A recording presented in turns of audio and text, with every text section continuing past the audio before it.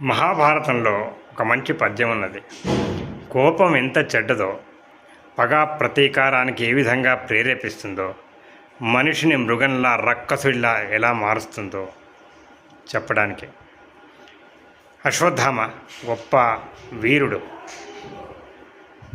అటువంటి వాడు రాజభక్తి అనే మూఢమైనటువంటి ఒక విశ్వాసంలో మునిగిపోయి రాజుకు ఎంతో సంతోషం కలగజేయడానికి ఉపపాండవులను చంపేస్తాడు. వాళ్ళు శిష్యువులు పడుకున్నప్పుడు ఉదయమే వెళ్ళి ఎర్లీ మార్నింగ్ వాళ్ళని కుత్తుకలను కోసి చంపేస్తాడు. అప్పుడు ద్రౌపది వాళ్ళని భర్తలు పట్టుకొచ్చిన తర్వాత అశ్వత్థామతో అంటుంది, ఎంత గొప్పవాడివి ఉన్నావయ్యా నువ్వు, ఇటువంటి దుష్కార్యాన్ని ఎట్లా చేసినావు అని చెప్పడానికి.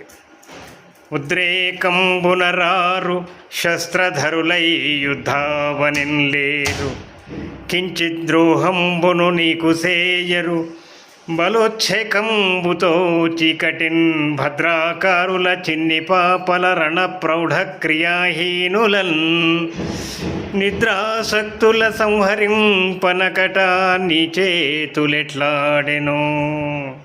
చిన్ని పాపలయ్యేవాళ్ళు నిద్రపోవడానికి ఇష్టపడతారు, ఆయుధాలు ధరించలేరు, నీకెటువంటి అపకారం చెయ్యరు. చీకటిన్ భద్రాకారుల, తల్లి ఒడిలో పడుకుని హాయిగా నిద్రపోయేటువంటి భద్రాకారులు వాళ్లను చంపడానికి నీ చేతులు ఎట్లాడినాయ్యా అని అంటది.